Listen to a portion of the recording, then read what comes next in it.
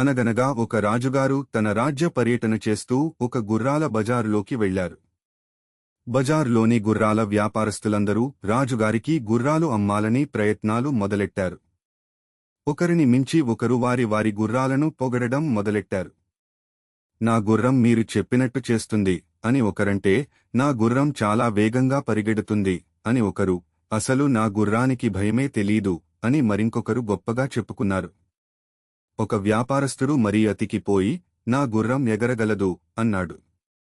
వెంటనే రాజుగారు ఆ గుర్రాన్ని కొని తనతో రాజు మహాలుకి తీసుకుని వెళ్లారు. మొన్నాడు నేసాధిపతిని పిలిచి, ఈ గుర్రం ఎగురుతుంది అని చెప్పారు. సేనాధిపతి ఆశ్చర్యపోయి గుర్రాన్ని ఎగిరించే ప్రయత్నం చేశారు. కాని గుర్రం ఎలా ఎగురుతుంది? ఎగరలేదు. రాజుగారు, అదేంటి, నిన్న మరి నాతో వ్యాపారస్తుడు అలా చెప్పాడు, అతన్ని పిలవండి అని ఆదేశించారు. వ్యాపారస్తుడిని రాజుగారి ముందరు నిలపెట్టారు. రాజుగారు, నిన్న నీ గుర్రం ఎగురుతుంది అన్నావు కదా, ఏది ఒకసారి ఎగిరించి చూపించు అన్నారు. మహారాజా, గుర్రం ఎగురుతుంది అంటే నా ఉద్దేశ్యం అంత వేగంగా పరిగెడుతుందని అని వ్యాపారస్తుడు చెప్పాడు. రాజుగారికి చాలా కోపం వచ్చింది. ఇతని తల నరికేయండి అని ఆదేశించారు.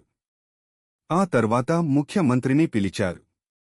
ముఖ్యమంత్రి, నాకు ఈ గుర్రం ఎగిరితే చూడాలని ఉంది. ఈ పని మీరే చేయాలి అన్నారు. ముఖ్యమంత్రి దంగైపోయి, మహారాజా, గుర్రం ఎలా ఎగురుతుంది? ఆ వ్యాపారస్తుడు అబద్ధం చెప్పానని ఒప్పుకున్నాడు కదా అన్నారు.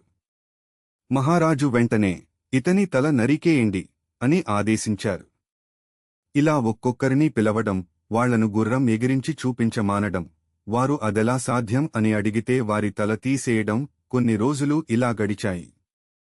మొత్తానికి ఒకరోజు ఒక సభికుడిని పిలిచే రాజుగారు గుర్రాన్ని ఎగిరించమని ఆజ్ఞాపించారు. సభికుడు తలవంచి, అలాగే మహారాజా, నాకు 1 సంవత్సరం గడువు ఇవ్వండి, నేను ప్రయత్నం చేస్తాను అని ఒప్పుకున్నాడు. రాజుగారు సంతోషించి 1 సంవత్సరం గడువు ఇవ్వడానికి ఒప్పుకున్నారు. సభికులు, రాజ్యంలో ఉన్నవారందరూ ఆశ్చర్యపోయారు. ఎలా ఒప్పుకున్నావు? అసలు గుర్రం ఎలా ఎగురుతుంది?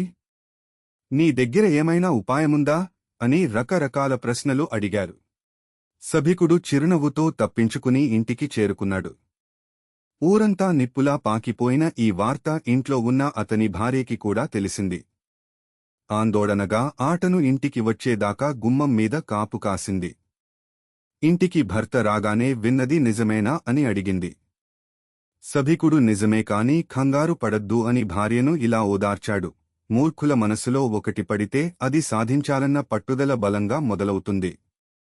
వారితో వాదించడం కష్టం. మహారాజుగారి మనసులో ఈ విషయం అలాగే బలంగా కోసం దెబ్బలాడుకుంటున్నాయి. నాదంటే నాదని హోరాహోరీగా గొడవపడుతున్న ఆ పిల్లులను ఒక కోతి చూసింది. ఎంతసేపటికి వాటి గొడవ తీరట్లేదు. ఈ సమస్యకు పరిష్కారం వాటికి తోచలేదు. మొత్తానికి కోతి వాటిని విడతీసి, ఇంతోటి దానికి ఎందుకు దెబ్బలాడుతున్నారు? మీ సమస్యకి ఒకటే పరిష్కారం. ఈ రొట్టె ముక్కని మీరు చెరి సగం పంచుకోండి. కావాలంటే మీ ఇద్దరికీ సమానంగా నేను పంచి పెడతాను అని చెప్పింది. కోతి మాట ఆ పిల్లులకు నచ్చింది. ఆ రొట్టి ముక్కను కోతికి అందచేశారు. కోతి ఆ ముక్కను 2గా చేసింది. అయ్యో, ఒక ముక్క పెద్దగా ఉందే అని కోతి ఆ ముక్కను కొంచెం కొరికి తినేసింది. అరెరే, ఇప్పుడు ఈ ముక్క పెద్దగా అయిపోయింది అని రెండో ముక్కలో కొంచెం తినేసింది.